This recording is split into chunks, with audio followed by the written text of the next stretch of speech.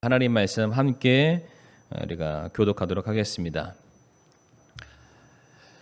자리에 일어나셔서요. 로마서 6장 23절 한 구절 말씀이 되겠습니다. 우리가 한 목소리로 같이 받들어 읽겠습니다. 시작. 죄의 싹은 사망이나 하나님의 선물은 예수 그리스도 우리 주를 통해 얻는 영원한 생명이니라. 아멘. 아버지 하나님 감사합니다. 이 귀한 예배의 시간들 아버지 저희들을 불러주심을 인해 감사를 드리오며 우리 사랑하는 성도님들 무엇보다 예배를 사모하는 마음을 갖게 하여 주옵시고 이 귀한 예배 시간들을 통하여서 하나님의 음성을 듣게 해주셔서 참 저희들이 하나님의 자녀임을 구원받은 하나님의 백성임을 다시 한번 확인하고 돌아가는 귀한 시간 되게 하여 주시옵소서. 우리 성령 하나님께서 친히 임재하시고 인도하시는 복된 시간이 되기를 간절히 바라오며 예수님의 이름으로 기도를 드리옵니다. 아멘. 네, 감사합니다. 자리에 앉으시겠습니다. 오늘은 로마서 6장 23절 말씀 통해서 구원은 어떻게 받습니까? 라는 제목으로 말씀을 나누길 원하는데요. 저희가 2주 전에 구원 받았습니까? 라는 제목으로 이제 제가 구원 시리즈를 이제 시작을 하고 있습니다. 그 2주 전에는 우리가 구원 받았는지 안 받았는지 점검하는 것은 절대 이상한 일이 아니다. 당연한 일이고 그 일들을 통해서 우리의 구원이 더욱더 견고히 세워질 것이다 라고 말씀드리게 되었고요. 오늘은 그렇다면 구원을 어떻게 우리가 받았나 다시 한번 우리가 복습하는 차원에서 돌아보는 시간들을 우리가 갖도록 하겠습니다.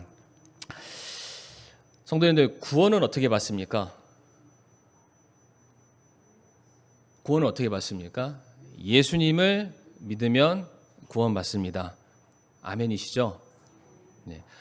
제가 모르는 거 전하는 거 아니기 때문에 우리 성도님들, 우리 예수님 믿으면 구원을 받습니다. 그런데 중요한 것은 여기서 무엇을 믿느냐입니다. 믿음의 대상이 굉장히 중요하죠. 근데 여기서 믿는다라고 말했을 때에는 두 가지 사실이 반드시 전제가 되어야만 합니다. 첫 번째로는 무엇이냐면 예수님만이 나의 죄의 문제를 해결해 주시는 유일한 구원자이심을 믿는 믿음이 우리에게 있어야 되고요. 내가 그 죄의 문제로 말미암아 죽을 수밖에 없는 운명에 처해 있는 죄인이다. 이 두 가지 사실이 공존해야만 합니다. 한마디로 나는 예수가 필요한 죽을 수밖에 없는 죄인이며 그 예수님께서 나를 위해 죽으셨다. 이 사실을 믿는 사람들에게만 올바른 구원이 세워지게 됩니다. 오늘 로마서 6장 23절 말씀 우리가 함께 봤는데 이 말씀에서도 죄에 대해서 강조를 하고 있습니다. 6장 23절 말씀을 다시 한번 띄워주시게 되면은 죄의 결과, 죄의 싹은 사망이다라고 말씀을 하시죠.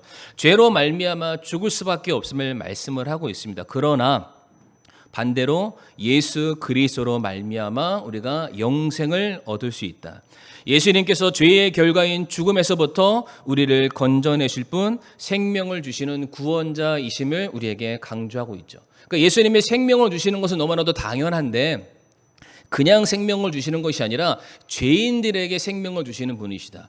죄인됨을 인정하고 주님께 나오는 사람들에게 주님께서 그들을 자기 자녀로 거두어 주시고 그들에게 영생을 주신다. 이것이 구원이 담고 있는 놀라운 메시지가 되는데 예수님께서 이 땅에 내려오실 때에도 하나님께서 예수님이 어떠한 분이신지는 성경에 이렇게 말하고 있는데 마태복음 1장 23절 말씀 같이 한번 읽어보실까요? 시작. 그녀가 아들을 낳으리니 너는 그의 이름을 예수라 하라. 이는 그가 자기 백성을 그들의 죄들에서 구원할 것이기 때문이라 하니라. 아멘. 예수님께서 우리를 구원하신다라고 말씀하시죠. 그런데 어디서부터 구원하시나요? 그들의 죄들에서부터 우리를 구원하시겠다. 다시 말해서 나 자신이 죄인임을 인정하는 자들에게만 주님은 구원자가 되어주시게 됩니다. 예수님의 공생의 삶을 우리가 살펴보게 되면은 정말로 종교인이라고 우리가 칭찬할 만한 사두개인, 바리새인, 율법사들, 우리는 감히 그들이 행했던 종교적인 행위들, 율법의 행위들을 우리는 감히 따라할 수 없죠. 그런데 예수님께서 그들을 향해서 뭐라고 말씀하셨냐면은 너희가 죄인이다라고 말씀하셨습니다. 그들은 자신들의 행함을 통해서 우리는 누구보다 의롭다라고 생각했기 때문에 스스로를 의인이다, 하나님의 백성이다 자부하면서 그들이 살았습니다. 그런데 예수님이 말씀하시죠. 그러한 행함을 통해서는 구원받지 못한다. 그러므로 너희는 죄인이다. 그들이 스스로가 의인이라고 생각하고 있었는데 자식을 향해서 죄인이라고 말씀하시는 예수님을 그들이 용납할 수 없었기 때문에 그들이 예수님을 십자가에 못 박아 죽이게 된 것입니다. 다시 말해 죄로 말미암아 죽을 수밖에 없는 존재임을 스스로 인정하는 자들에게만 주님께서는 그들에게 찾아가서 그들의 죄의 문제, 그들의 죽음의 문제로부터 그들을 구원하여 주시고 그들을 하나님의 자녀로 새롭게 거듭나도록 인도해 주시게 됩니다. 성경 말씀 보게 되면은 이제 우리 사복음서의 말씀에 예수님께서 직접적으로 구령 사역을 하신 장면들이 나옵니다.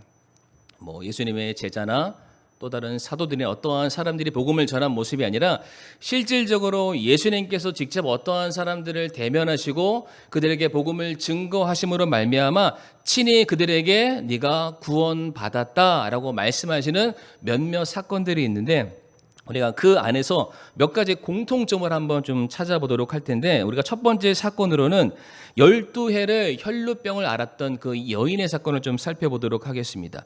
본문 띄워주시고요. 마태복음 9장 22절 말씀 같이 읽겠습니다. 시작.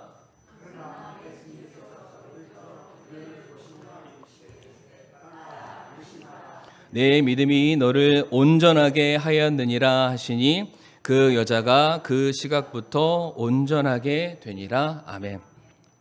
여기서 온전이라는 말은 그냥 그 여인의 질병이 나았다라는 표현이기도 하지만 이 온전이라는 말이 구원이라는 뜻이기도 합니다. 그러니까 예수님이 말씀하시는 거예요. 혈루병을 앓았던 여인, 부정했던 그 여인을 향해서 모든 사람들은 그 여인을 터부시하고 배척하고 받아들이지 않았지만 주님께서는 그 여인을 내 딸이라고 말씀하시고 네 믿음이 너를 구원하였다. 다른 사람들이 구원받았어라는 게 아니라 예수님이 친히 너 구원받았다라고 말씀해 주셨어요. 성도님 너무나 놀랍지 않습니까? 그러니까 우리도 다 구원받았잖아요. 누군가를 통해서 상담받았고 물론 우리가 나를 상담해 주신 분을 의심하거나 부정하지는 않습니다만 그 상담자가 예수님이세요. 너무 좋지 않습니까? 그 예수님 구원을 주시는 분이 친히 우리를 향해서 너 구원받았다. 야, 이거보다 정확하고 100%의 구원이 어디에 있겠습니까? 지금 예수님께서 이 여인을 바라보시면서 너 구원받았다. 너는 내 딸이다라고 말씀을 하세요. 그런데 이건 결과고요. 과연 이 여인이 어떻게 이와 같은 놀라운 구원과 내 딸이라는 말을 듣게 되었을까? 동일한 사건을 다루고 있는 마가복음 5장 26절, 그러니까 25절부터 27절 말씀을 띄워주시게 되면은 12해 동안 혈루증이 있던 어떤 여자가 있었는데 26절 말씀 한번 읽어볼게요. 시작. 그녀가 많은 의사에게 많은 일들로 고통을 받고 자기가 가진 모든 것도 허비하였으나 좋아진 것이 없고 도리어 더 심해지던 차에. 아멘.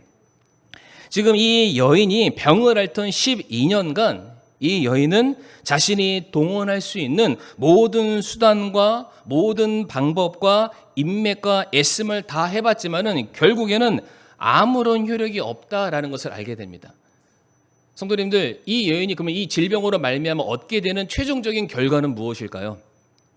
시름시름 앓다가 죽게 되는 것이죠. 자, 그런데 성경에서는 질병을 단순히 우리가 뭘 잘못했기 때문에 사고가 나서 생기는 그러한 질병의 차원으로 말하지 않고 성경에서는 어떤 질병을 죄의 측면으로 바라보고 있습니다. 그래서 어떠한 사람이 예를 들어서 문둥병이나 이 혈루병과 같은 병을 앓게 되면은 제사장에게 찾아가라고 말합니다. 왜일까요? 죄로 말미암은 결과라는 인식을 갖고 있으니까요. 그러니까 병에 걸려도 제사장을 찾아가야 되고요. 병에 나아도 제사장을 찾아가서 깨끗함을 입게 되었다 선언을 받아야 됩니다. 바로 질병을 죄의 문제로 인식하고 있기 때문이죠. 그런데 이 여인이 내가 가지고 있는 모든 방법을 다 동원해 봤는데 나을 길이 없는 거예요. 결국 자신은 죽을 수밖에 없다라는 그 처절한 운명 결과 앞에 서게 되었을 때 드디어 그 여인이 주목하기 시작한 것이 27절의 예수님입니다. 예수님. 그녀가 예수님에 관한 소문을 들었대요. 예수님에 관한 소문은 아까 우리가 읽었었던 마태복음 1장 23절 말씀이죠. 예수님이 이 땅에 왜 오셨다고요? 자기 백성을 죄에서 구원하시기 위해서, 질병의 죄, 삶의 모든 무거운 죄들 가운데 그들을 건지시기 위해서 예수님이 오셨다라는 사실을 그 여인이 그제서야 12년간 돌고 돌다가 그래 내 힘으로는 아무것도 할 수 없구나, 그제서야 그 여인의 시선이 예수님을 향하게 됩니다. 제가 본문 말씀을 찾지 않지만 이 여인이 성경 말씀 보면은 예수님께 찾아가야 되는데 함부로 찾아가질 못하는 거예요. 왜 그럴까요? 이미 자신은 부정하다는 사람으로 이미 인정받은 사람입니다. 이스라엘 공동체 안에 들어올 수 없는 사람이에요. 함부로 들어왔다가는 사람들이 부정하다 말하면서 돌을 던져서 그 여인을 그 자리에서 죽여도 누구에게도 죄를 묻지 않습니다.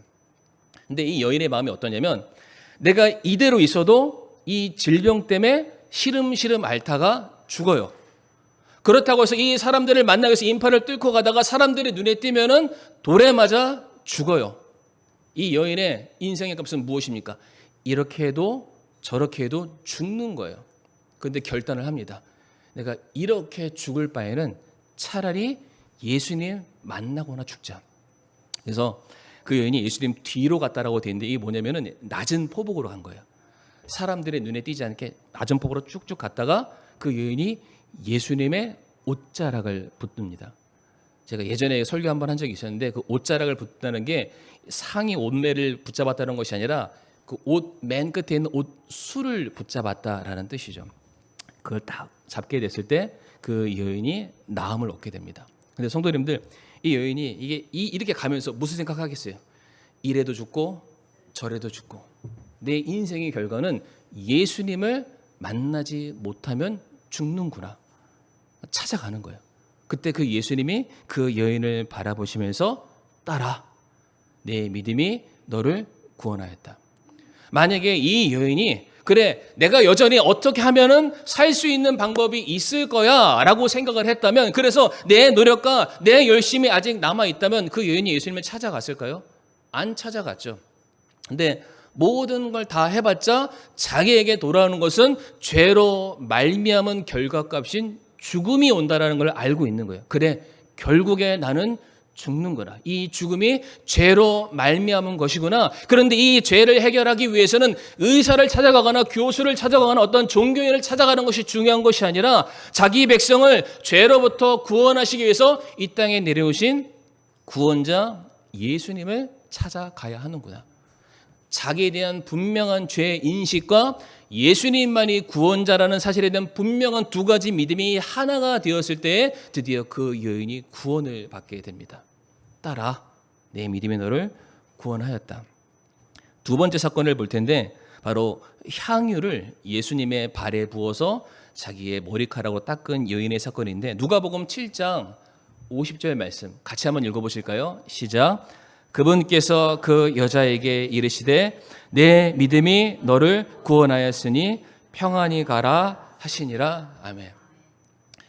저는 개인적으로 이 말씀이 성경에서 가장 아름다운 구절 중에 하나라고 생각하는데, 아까 말씀드렸어요. 내 믿음이 너를 구원하였으니 평안히 가라. 그렇잖아요. 우리가 삶의 모든 무거운 짐들을 갖고 어떻게 하면 내가 살 수 있을까 고민하는 찰나에 주님 딱 만났는데, 주님께서 그런 우리를 바라보시면서 너 구원 받았다, 걱정하지 말아라, 염려하지 말아라, 돌아가라.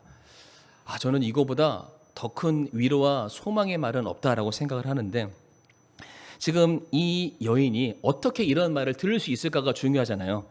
그 바로 위에 있는 누가복음 7장 38절과 45절 말씀 한번 띄워주시겠습니까? 이 말씀 보게 되면은 그 여인이 예수님이 잔치자리 안에 들어오시자 자기의 머리털로 예수님의 발을 닦기 시작합니다. 아마 우리 진주자매처럼 머리가 굉장히 이제 길었나 봐요. 예수님이 딱 오시는데 그 머리카락으로 막 발을 막 닦기 시작합니다. 이 머리카락은 사람의 어떤 권위를 상징합니다. 그러니까 나라는 사람을 사람들한테 보여주는 거죠. 근데 이거를 다른 사람들의 어깨나 뭐 가슴 이런 게 아니라 그 사람의 발에 내 머리카락을 둔다는 것은 내 머리가 땅바닥으로 조아려야 돼요. 생각해 보세요. 이 땅이 있고 발이 있으면 이 발을 내 머리카락으로 씻으려면 내 얼굴이 어디 닿아야 될까요? 땅바닥에 닿아야 돼요. 그러니까 내가 이 땅바닥과 똑같다라는 거예요. 내가 흙이라는 거예요. 내 존재 가치가 아무것도 아니라는 겁니다. 그거를 인정해 드리면서 자기 머리카락으로 내가 할 수 있는 나는 당신의 소유물입니다. 나는 당신의 종입니다. 당신의 노예입니다. 막 닦는 거죠. 그러면서 거기서 끝나지 않죠. 어떻게 하죠? 그분의 발에 계속해서 입을 맞춥니다. 근데 45절 말씀 보니까 예수님이 뭐라고 말씀하시냐면 그 여인을 보면서 손가락질 하니까 예수님이 말씀하시는 거예요. 너는 내게 입을 맞추지 아니하시되 이 여자는 내가 들어올 때부터 문을 열고 들어와서 잔치자리에 상석에 앉으시는 그 거리 몇 미터가 되는지는 모르겠어요. 들어올 때까지 뭐라고 되어 있어요? 그 여인이 내게 입 맞추는 것을 그치지 않았다. 그러니까 이 여인도 예수님이 걸어가시는 그 길을 똑같이 혈루증 앓은 여인처럼 기어가면서 계속해서 머리카락으로 예수님의 발에 먼지를 닦고 계속 입을 맞추고.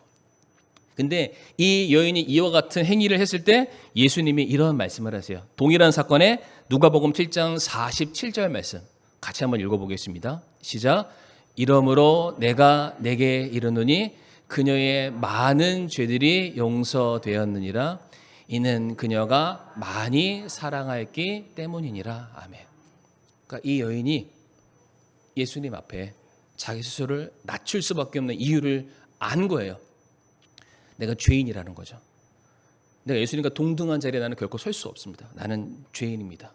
그러나 나 같은 죄인을 구원하시기 위해서 이 땅에 내려오신 사랑 많으신 주님 외에는 내가 살 길이 없습니다. 그렇게 예수님 앞에 나왔더니 예수님이 그 여인을 보시면서 얘기하시는 거예요. 내 믿음이 너를 구원하였다. 편히 돌아가라. 분명한 죄 인식이 있습니다. 그리고 예수님만이 구원의 길임을 확실하게 믿는 거죠. 두 가지가 함께 되었을 때에 바로 그 자리에서 놀라운 구원의 역사가 일어나게 되는 것입니다. 하나 더 말씀드릴 텐데 삭개오죠. 삭개오. 누가복음 19장 9절 말씀 보게 되면 이때도 예수님께서 구원을 언급하십니다. 예수님께서 그에게 이르시되 그도 아브라함의 자손인즉 이날 구원이 이 집에 이르렀도다. 아멘이 아니신가요? 예수님께서 찾아오셨어요. 너희 집에 구원이 있다. 너에게 구원이 있다. 우리 성도님들 대체 뭘 드려야 감동이 있으실까요? 이거보다 더 큰 감동이 있을까요? 너와 내 집이 구원받았다. 네가 구원받았다. 성도님, 이거보다 더 큰, 더 값진, 더 소망 있는 그러한 놀라운 믿음의 고백은 없습니다. 근데 예수님께서 이제 그 집에 들어가시려고 하셨을 때 왜 이런 고백을 하셨냐면 이 바로 앞에가 9절이니까 8절이겠죠.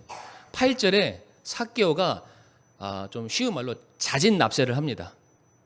예수님을 내 집에 모셔드려야 되는데 모셔드리기 전에 내가 스스로 죄인인 것을 고백을 합니다.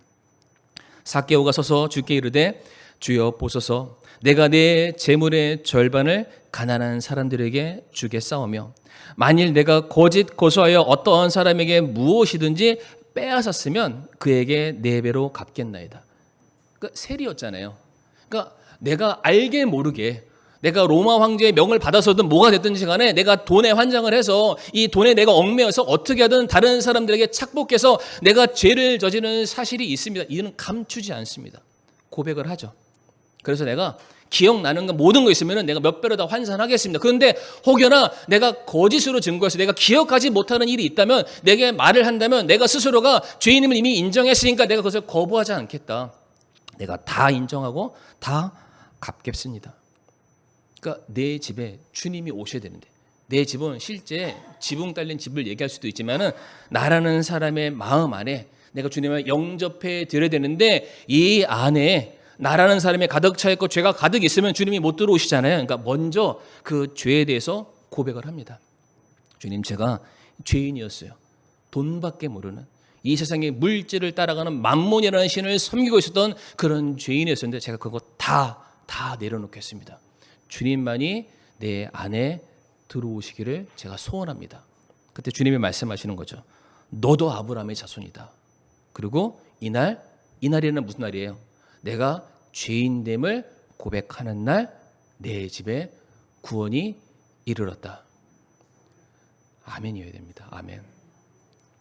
성도님들, 예수님께서 공생의 사역 때만 이런 일이 일어나지 않습니다. 사도행전 2장, 우리가 초대교회의 그 놀라운 그 부흥의 현장의 사건을 기억하실 텐데, 그때에도 사람들이 어떻게 구원받냐면 사도행전 2장 37절에서 38절 말씀에 이제 그들이 이 말을 듣고, 이게 뭐냐면 베드로가 무엇인가 얘기를 한 거예요. 오순절 성령의 그 강화의 놀라운 역사 이후에 베드로가 예루살렘 모든 사람들 앞에서 열띤 복음을 선포합니다. 그때 베드로가 했던 얘기가 무엇이냐면 찾지는 않지만 너희가 십자가에 못 박아 죽인 그분이 바로 하나님께서 이 땅에 우리를 위해서 보내신 메시아였다.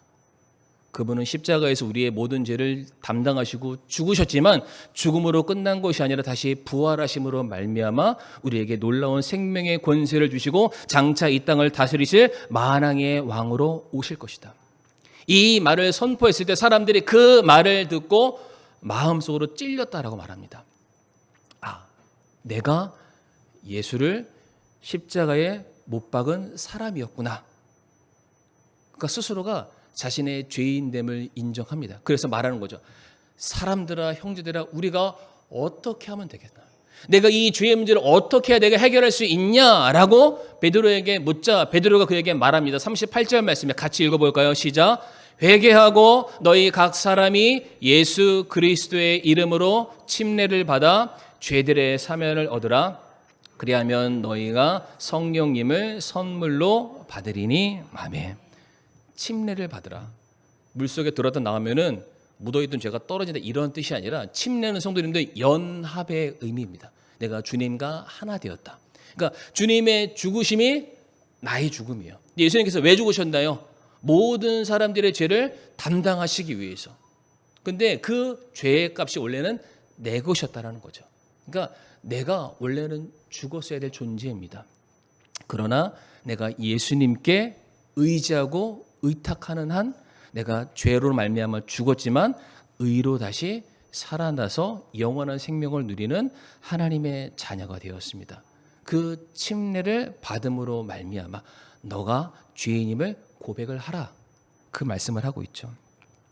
사랑하는 성도님들, 초대교회의 놀라운 부흥의 현장에서도 어떠한 사람이 구원받았냐면 자신의 죄인됨을 숨기지 않고 자백하고 회개하고 주님께 돌아오는 자들만 구원을 받게 됩니다. 사랑하는 성도님들, 우리가 온전하기 때문에, 거룩하기 때문에, 점도 없이 흠도 없이 깨끗하기 때문에, 그래서 사랑받을 만하기 때문에 우리가 구원받은 게 아닙니다. 로마서 5장 8절 말씀에 우리가 아직 죄인이었을 때, 우리가 아직 죄인이래요. 뭘 잘해서 의인이 아니에요. 잘할 만한 것이 아무것도 없습니다. 우리가 아직 죄인이었을 때 그리스도께서 우리를 위해 죽으심으로 하나님께서 우리를 향한 자신의 사랑을 당당히 제시하셨다. 하나님은 이토록 우리를 사랑하시는데 우리가 해야 할 일이 무엇이냐면, 맞아요, 제가 죄인이었어요. 제가 예수님을 거부하는 그런 삶을 살아서 주님을 내가 영접하지 않았어요. 내 삶의, 내 인생의 주인은 여전히 나였어요. 그로 말미암아 내가 원하는 삶을 살기를 원했어요라는 그 죄인됨을 고백하는 그 사람들을 향해서 주님께서 먼저 손 내미시고 그들을 거두어주시고 말씀하시는 거예요. 내 믿음이 너를 구원하였다. 딸아, 아들아, 평안히 돌아가라. 성도님들, 이제 우리가 구원받기 위해서는 내가 죄인됨을 분명히 고백을 해야 되는데, 중요한 것은 우린 다 구원 받으셨잖아요. 혹시 안 받은 분이 계시다면 언제든지 말씀해 주시길 바랍니다. 그러면은 구원받은 성도의 삶은 어떠해야 될까? 이것도 되게 중요하죠. 구원받은 성도는 분명히 자신이 죄인됨을 고백하고 인정한 사람이잖아요. 그러면 구원받은 성도는 죄에 대해서는 민감하게 반응할 줄 알아야 합니다. 죄에 대해서 두렵고 떨리는 마음으로 회개하는 일을 결코 주저해서는 안 됩니다. 왜 그럴까요? 죄의 삭은 사망이고 우리가 죄의 권세 아래서 종된 삶, 노예된 삶을 살면서 지난날 우리가 받아왔던 모든 수치와 부끄러움과 어려움을 알기 때문에, 여기에서는 내 힘으로 도저히 벗어날 수 없음을 내가 알기 때문에 주님께 나아갔잖아요. 마찬가지로 구원받는 성도는 내 삶의 죄로부터 나 자신을 구별해 내기 위해서 부단하게 애를 쓸 수밖에 없습니다. 그 자리에 머무는 그런 삶이 아닙니다. 벗어나는 삶을 살려야 되죠. 물론 우리가 인간이기 때문에 넘어질 수밖에 없습니다. 똑같은 죄를 반복해서 질 수밖에 없죠. 성경에 나와 있는 수많은 그 위대한 인물들도 반복해서 죄를 짓는 모습을 볼 수 있습니다. 그러나 중요한 것은 그럼에도 불구하고 우리가 죄를 지었음에도 불구하고 우리들의 몸과 마음은 어디를 향해야 될까요? 여전히 우리를 향해서 손 내밀고 계시는 주님을 향해 나아가야만 합니다. 죄를 짓더라도 우리는 주님 곁을 떠나서는 안 되죠. 우리가 낙심해서 넘어질지라도 어디를 향해 넘어져야 될까요? 주님을 향해서 넘어져야만 합니다. 어떠한 일이 있어도 주를 향한 우리들의 마음과 시선이 달라져서는 안 됩니다. 우리가 주님 앞에 나아가 회개하게 되었을 때 다시금 새롭게 되는 놀라운 은혜를 누리게 될 것입니다. 그러니까 우리가 구원받기 위해서는 내가 죄인됨을 분명히 알아야 됩니다.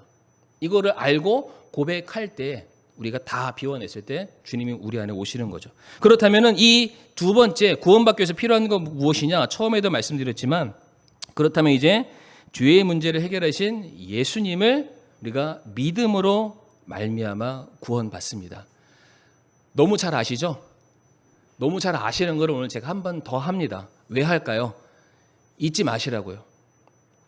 이게 우리 성도님들이 얼마나 자부하실지는 모르겠지만 제가 그동안 만나왔었던, 제가 경험했었던 그 사역을 통해서 굉장히 많은 성도님들이 나 구원받았다라고 말씀하시지만은 그럼 어떻게 구원받으셨어요? 라고 물어보면은 제대로 답변 못 하세요. 그러니까 이게 두리뭉실하게 구렁이 담 넘어가듯 그러면서 꼭 하시는 말씀이 누가 나 구원받았대요? 라고 얘기를 해요. 거기서 멈추시면 안 돼요. 주님이 물어보실 거예요. 너 구원받았느냐? 이렇게 했어요. 구원에 분명 확신이 있습니다. 이렇게 얘기해야 되잖아요. 제가 누가 나 상담해서 구원받았어요. 그 사람의 성도님들 구원해 주신 게 아니에요. 어떠한 상황이 우리가 구원받아 잘못된 착각과 기억으로 살면은 절대로 안 됩니다. 내가 구원받았다면은 어떻게 구원받았는지 하나님 앞에서도 당당하게 선포할 수 있어야 되고 내가 만나는 모든 사람들에게도 나 이렇게 구원받았다 고백할 수 있어야 될 줄 믿습니다. 자, 그래서 우리가 예수님을 믿음으로 말미암아 구원받는데 이게 너무나도 중요한 것이 무엇이냐면 죄인된 인간에게서는 스스로가 자신을 구원할 수 있는 능력이 제로입니다. 제로. 인정하시죠, 성도님들? 죄인된 인간에서 나오는 모든 것들은 죄만 양산할 뿐입니다. 아무리 노력하고 아무리 고행을 하고 수없이 많은 선행을 실천한다 할지라도 이미 죄인이기 때문에 그 시작과 그 동기와 그 과정 자체가 불순하기 때문에 죄인은 죄밖에 나을 수가 없습니다. 성도님 솔직하게 한번 얘기를 해볼까요? 그러니까 이 구원의 문제를 떠나서 우리가 날마다 그래도 나 하나님의 말씀대로 순종하며 살려고 노력한다, 애쓴다 이런 마음들 다들 갖고 계시죠? 부족하지만 그렇게 해보려고 노력한다 하시지만 솔직하게 말해서 우리가 하나님의 말씀에 순종한다고 하지만 혹시 그 순종이 내가 유리한 그런 순종이 아니었나요? 내가 하고 싶은 그런 순종이 아니었나요? 수많은 순종과 수많은 그 결단들을 보게 되면은 하나님의 말씀 그대로 100% 고지고대로 순종하는 그 모습보다는 최대한 내가 유리한 방향으로 끌고 가서 요 정도에서 내가 타협점을 찾을 수 있겠구나 그러면서 우리가 순종하지 않았을까요? 아니 혹여나 내가 순종한다 할지라도 그 순종함으로 말미암아 나 스스로가 의롭다라는 자기 교만함에 빠지기 위해서 우리가 순종하지 않았나요? 그러니까 사람에게서 나오는 모든 것들은 악할 수밖에 없습니다. 하나님께서도 창세기 6장 5절 말씀 보게 되면 이 땅에 사는 모든 사람들 그들의 마음과 생각의 모든 것들이 악함을 보시고 그들을 심판하셨다라고 말씀하십니다. 그러니까 우리가 하나님께도 영광이 되지만 결국에는 나 자신에게 유익이 되는 그 아슬아슬한 지점을 찾아서 순종합니다. 근데 왜 제가 자꾸 이런 말씀 드리냐면 죄라는 게 성도님들 꼭 나쁜 일, 누구를 때리고 훔치고 살인하고 거짓말하는 게 죄가 아니라 죄가 뭐냐면은 모든 선택과 모든 판단과 모든 결정이 나 중심되어서 이루어지면 내가 주인 되어서 내가 원하는 것을 선택하는 바로 그 순간 그것이 모든 죄를 양산하게 되어 있습니다. 그게 죄인 거예요. 나머지 것들은 그렇게 했기 때문에 나오는 결과물에 불과한 것입니다. 그렇다면 하나님께서 우리에게 요구하시는 그 의를 누가 과연 충족할 수 있을까요? 아무도 못하죠. 누구도 못합니다. 모든 사람들이 죄인이기 때문에 아무도 그 일을 하지 못합니다. 그렇기 때문에 우리에게 누가 필요할까요? 누가 필요하죠? 성경 퀴즈도 아닙니다. 예수님. 우리가 다 같이 로마서 3장 22절 말씀 보겠습니다. 우리 같이 한번 읽어보실까요? 시작. 그것은 곧 예수 그리스도의 믿음으로 말미암아 모든 자에게 미치는 믿는 모든 자 위에 임하는 하나님의 의니 거기에는 차별이 없느니라. 아멘. 차별이 없대요. 차별이 없어요. 뭘 얘기할까요? 하나님께서 우리를 위해서 준비하신 의가 있는데 우리가 의로워져야 되는데 우리는 안 되니까 하나님께서 그 의를 준비하셨는데 그 의가 예수님이다라고 말씀하세요. 그 예수님께서 준비하신 예수님께서 우리에게 주실 그 의가 우리에게 전가되었을 때 그러니까 받아야 되잖아요. 우리는 못하니까 바로 그때 우리가 죄 용서함 받고 거룩해지고 하나님의 자녀가 될 수 있다. 앞에서도 말씀드렸지만 그동안 예수님을 만나서 구원받은 모든 사람들의 공통점이 무엇이었습니까? 하나같이 스스로 어떻게든 자기의 처지를 벗어나고 문제를 해결해 보려고 그들이 애를 썼지만 결국 자기 자신이 뭘 해도 안 되는구나를 그들이 알게 되었죠. 돈으로도 안 된다. 권세로도 안 된다. 나를 사랑해주는 그러한 사람들의 격려의 말로도 안 되는구나. 결국 그들이 돌고 돌아서 누구에게 나아갑니까? 예수님께 나아갔잖아요. 그러니까 예수님 외에는 내가 구원받을 길이 없구나. 하나님께서 애시당초 인간에게서 발생할 수 있는 모든 경우의 수를 막아버리신 거예요. 다른 무엇을 통해서는 구원받을 수 없다. 인간이 동원할 수 있는 무엇인가를 통해서 너는 의로워질 수 없다. 만약 어떠한 사람이 행하는 그 일들만이 구원받을 수 있다면 성경은 이것보다 불공평한 게 없습니다. 왜일까요?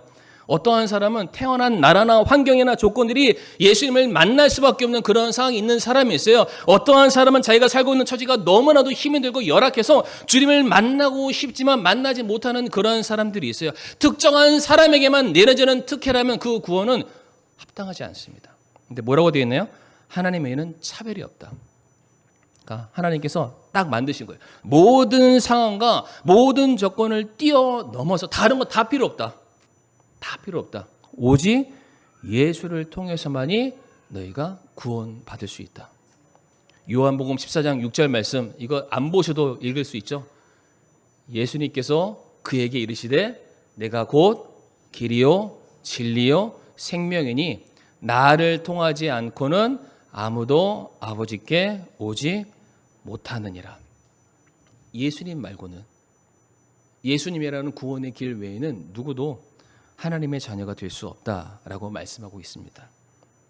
바로 이 죄의 문제를 해결하시기 위해서 인간의 몸을 입으시고 이 땅에 내려오셔서 우리를 대신해서 완전 무결한 희생 제물이 되어서 영단번 단 한 번에 드리는 하지만은 그 효력은 영원토록 우리에게 전해지는 죄 사함의 속죄 제물 그 예수 그리스도 외에는 우리의 죄를 사할 방법도 없고 하나님께 나아갈 수 있는 방법도 없습니다.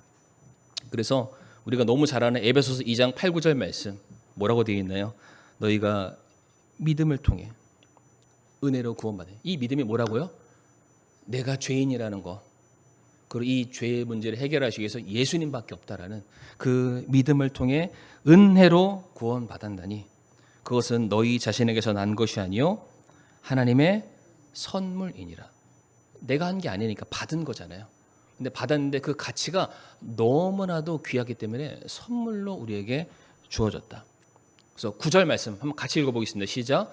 행위에서 난 것이 아니니 이것은 아무도 자랑하지 못하게 하려 함이라. 아멘. 성도는 이 9절 말씀이 자랑하지 말라는 얘기인가요? 너 구원받은 거 누구에게도 알리지 말아라. 뭐 그런 얘기인가요? 이순신 장군처럼 나의 죽음을 적에게 알리지 말라는 그런 것처럼 아니죠. 네가 한 게 없으니까 너 스스로 잘난 척, 교만한 척 그렇게 하지 말아라. 그러나 너와 같은 죄인을 위해서 놀라운 구원을 행하신 그분은 자랑해라라는 겁니다. 그래서 이어지는 10절 말씀에 뭐라고 되어 있냐면 우리는 그분의 작품이요 그리스도 예수님 안에서 선한 행위를 하도록 창조된 자들이다. 주님께서 우리 안에서 이루신 놀라운 일들을 증거하는 일에 부름받은 자들이다라고 말씀하십니다. 하나님께서 그 선한 행위를 미리 정하신 것은 우리가 그 행위 가운데 걷게 하려 하심이니라. 그러니까 우리가 구원받고 난 이후에 우리에게 주어진 선한 행위는 무엇이냐면은 나 같은 죄인을 버리지 아니하시고 끝까지 인내하시고 참으시고 여전히 지켜보고 계시고 그런 내가 그냥 두 손 들고 오는 거예요. 아무것도 못 하겠어요. 제 힘으로는 제가 구원받을 길이 없습니다. 주님 잘못했어요. 용서해 주세요. 이 한마디를 하고 나오는 그 사람, 자녀 삼아주신 그 하나님의 지고지순하고 크고 놀라우신 은혜와 사랑을 증거하고 선포하는 일에 우리들의 삶이 쓰여져야 된다는 것이죠. 성도님들, 구원받기 전에 우리의 행위는 구원과는 아무런 상관이 없습니다. 어떤 것도 기여하지 못하죠. 그러나 우리가 구원받음으로 말미암아 하나님의 자녀가 되었다면 이제 주 안에서 행하는 모든 말씀에 순종한 것을 하나님께서 선한 행위로 간주하십니다. 그리고 그에 합당한 보상과 상급을 주시게 되어 있습니다. 그러니까 분명히 예수님으로 말미암아 구원받은 성도는 구원받고 난 이후의 삶이 예수님으로 말미암은 삶을 살아야만 합니다. 왜? 난 예수님 없으면 못 사는 사람이었잖아요. 근데 그 예수님이 나를 붙잡아 주셨으니까 이제 그분의 인도하심 따라 이끌림 받는 삶을 사는 거예요. 내가 그렇게 살기로 작정했기 때문에 예수님께 붙어 있는 거거든요. 그러니까 그렇게 살아야 되는 거예요. 그러니까 구원 받았습니다라고 말하는 것도 중요하지만 현재 내 삶이 주님과 함께 동행하는 삶의 현장에 서 있느냐 이게 더 중요합니다. 과거 20년 전에 내가 누굴 통해서 어떤 집회를 통해서 구원 받았어요. 그 20년 전의 추억으로 사는 것이 아니라 오늘이라는 바로 이 시간에 내가 정말로 구원받은 하나님의 자녀처럼 살고 있는지가 더 중요합니다. 사랑하는 성도님들, 구원 받으셨습니까?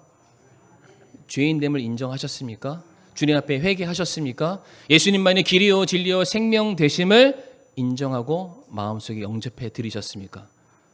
만약에 이 모든 것이 사실이라면 이제 성도님들 구원받은 사람의 합당한 삶을 살아가시길 바랍니다.